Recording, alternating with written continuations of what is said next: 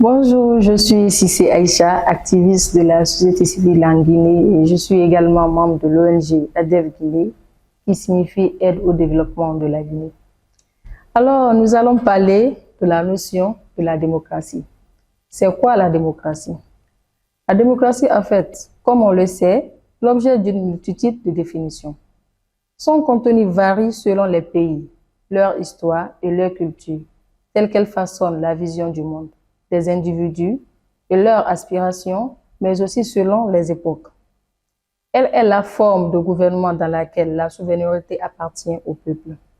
Et la définition la plus courante est le pouvoir du peuple par le peuple et pour le peuple. Nous allons aussi parler de l'origine de la démocratie. La démocratie prend ses racines principalement dans les réformes engagées autour de la cité d'Athènes, dans la Grèce antique, au cours du 5e siècle avant Jésus-Christ.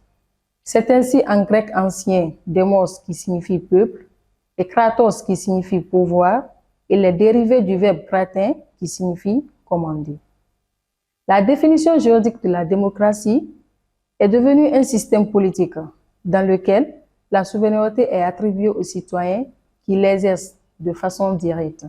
De façon directe, c'est-à-dire lorsque les citoyens adoptent eux-mêmes les lois et décisions importantes et choisissent eux-mêmes les agents d'exécution, généralement révocables. Et également de façon indirecte. De façon indirecte qui est que lorsque les représentants sont tirés au sort ou élus par les citoyens pour un mandat non impératif à durée limitée, durant lequel ils ne sont pas généralement pas révocables par les non impératifs, généralement révocables par les citoyens. On parle alors de démocratie représentative. Alors, parlons du mode d'expression de la démocratie. Dans ce type de régime, la volonté des citoyens s'exprime à travers les représentants qui établissent les pouvoirs législatifs et les font appliquer, pouvoir exécutif. Dans les démocraties représentatives contemporaines, ces représentants sont élus. La notion de régime. Le régime politique ou la forme du gouvernement désigne l'organisation des pouvoirs et leur exercice au sein d'une entité politique donnée. Ces termes renvoient alors donc à la forme institutionnelle du pouvoir, mais aussi à la pratique découlant de cette forme institutionnelle.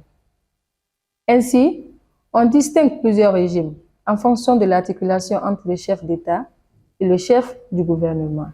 Et dans ce cas, on parle de la République à régime présidentiel, de la République à régime semi-présidentiel, de la République à régime parlementaire, de la République à parti unique, de la République populaire ou République démocratique, de la République islamique et de la République aristocratique. Je vous remercie.